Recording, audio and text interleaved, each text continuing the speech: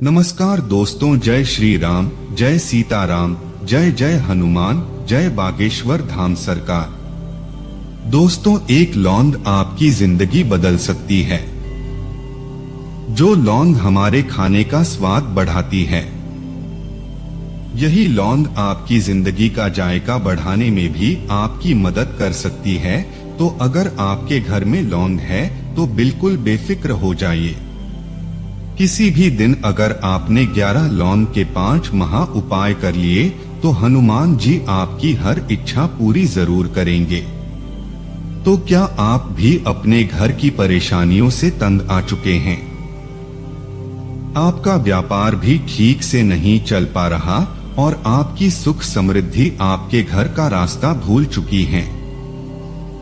क्या आप भी शारीरिक, मानसिक और आर्थिक तौर पर हमेशा दुखी रहते हैं और कर्ज आपकी जिंदगी का जंजाल बन चुका है? तो यह वीडियो खास आपके लिए ही है। वीडियो को अंत तक पूरा जरूर देखिएगा, क्योंकि आज की यह वीडियो आपकी जिंदगी बदल सकती है। खुद गुरु जी के बताए हुए 5 महा उपाय आज की वीडियो में हम आपको बताने वाले हैं, तो बने रहिएगा हमारे साथ वीडियो के आखिरी तक हैं।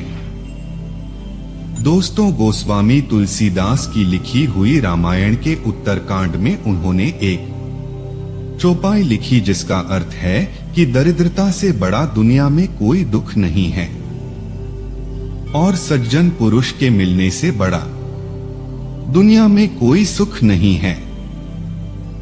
ऐसे तो धन हर युग की जरूरत रहा है, लेकिन कलयुग में धर्म, अर्थ, काम और मोक्ष में सबसे ज्यादा अगर कुछ जरूरी है तो वह है धन।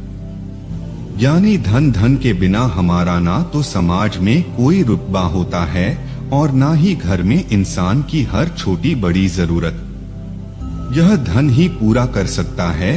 तो जब हमारे पास धन नहीं होता है तो न केवल हम आर्थिक तौर पर बल्कि शारीरिक और मानसिक तौर पर भी कमजोर हो जाते हैं।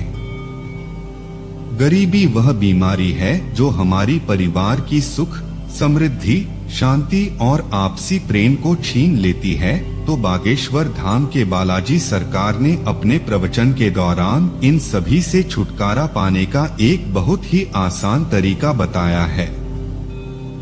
गुरु जी कहते हैं कि केवल लौंग से आप अपनी जिंदगी बदल सकते हैं। वह लौंग जो एक गरम मसाले के तौर पर इस्तेमाल की जाती है और कई बीमारियों में भी अपना असर दिखाती है। यही लौंग पारंपरिक तौर पर कई टोटकों में इस्तेमाल की जाती है। तो चलिए आपको बताती हैं वह 5 महा उपाय कौन से। पहला उपाय है दोस्तों, धन प्राप्ति का उपाय। दोस्तों, अगर आपके घर में धन की कमी है और इसी वजह से आप तनाव में रहते हैं, आप परेशान रहते हैं और आपकी कमाई तो बहुत होती है लेकिन बचत और बरकत नहीं हो पाती, आपकी तिजोरी खाली की खाली ही रहती है और माता लक्ष्मी स्थायी रूप से आपके घर में नहीं टिकती, तो आपको एक छोटा सा उपाय करना है। इसके लिए आपको एक तांबे का कलश लेना है और साथ में आपको 9 फूल वाली लौंग गिन कर लेनी है। इन लोगों को आपको शुक्रवार के दिन में तांबे के लोटे में रखकर इस गलत को लाल कपड़े में बांध दीजिए। अभी कल को ले जाकर अपने घर के मंदिर में जहां पर लक्ष्मी माता हूं वहीं पर बाद में रख देना और माता लक्ष्मी के साथ हनुमान जी का ध्यान करना। दोस्तों, माता सीता माता लक्ष्मी का ही स्वरूप है और हनुमान जी सीता माता को अपनी माँ मानते। तो अगर आप माता लक्ष्मी से प्रार्थना करेंगे तो हनुमान जी खुद आपकी मदद करेंगे और आपकी आर्थिक तंगी से आपको छुटकारा मिलने लग जाएगा। अगला उपाय है दोस्तों, नकारात्मक ऊर्जा खत्म करने का उपाय आपको दुर्गा मंदिर में जाकर करना है। दुर्गा मंदिर में जाने से पहले आपको 2 नारियल, 1 लाल रंग की चुनरी, थोड़ा सा कपूर और 21 लौंग ले लीजिए। आपको दोनों नारियल के ऊपर कम से कम 7 बार मौली लपेटना और 21 लोगों की एक माला बना लेनी है। अब आपको दुर्गा मंदिर में जाकर एक नारियल दुर्गा माता का ध्यान करके उन्हें अर्पित करना है और दूसरा नारियल भैरव बाबा का ध्यान करके उन्हें अर्पित कर देना है। इसके बाद आप कपूर की आरती जलाएं और दुर्गा माता की आरती करें और 21 लौंग की माला को दुर्गा माता को समर्पित कर दीजिए। यह उपाय करने से आपके घर में फैली हुई नकारात्मक ऊर्जा को खुद भैरव बाबा और बालाजी महाराज अपनी गदा से मार मार कर बाहर कर देंगे और जब घर में सकारात्मक माहौल हो जाएगा तो घर के आपसी झगड़े तो खत्म हो ही जाएंगे। खुद माता लक्ष्मी जी वही प्रवेश करती है जहां पर सुख शांति रहती है, तो आपके घर में भी माता लक्ष्मी का प्रवेश जरूर होगा। अगला है बरकत के उपाय। अब आपको बताने वाले हैं एक ऐसा उपाय जो आपकी बचत के साथ साथ आपको बरकत भी देगा। जी हाँ, अगर आप हर रोज 1000 रुपए की कमाई करते हैं और उसमें से 500 रुपए बचाते हैं, तो इस उपाय को करने के बाद आपकी कमाई दुगनी हो सकती है और आप उतनी ही ज्यादा बचत भी कर सकते हैं। आपको इस उपाय के लिए सोमवार के दिन आपको 11 गोमती चक्र, 11 कोरिया और 11 लौंग लेनी है। अब इन सभी को आप एक पीले कपड़े में बांध दीजिए और इसे अपने घर के मंदिर में छुपा कर रख दीजिए।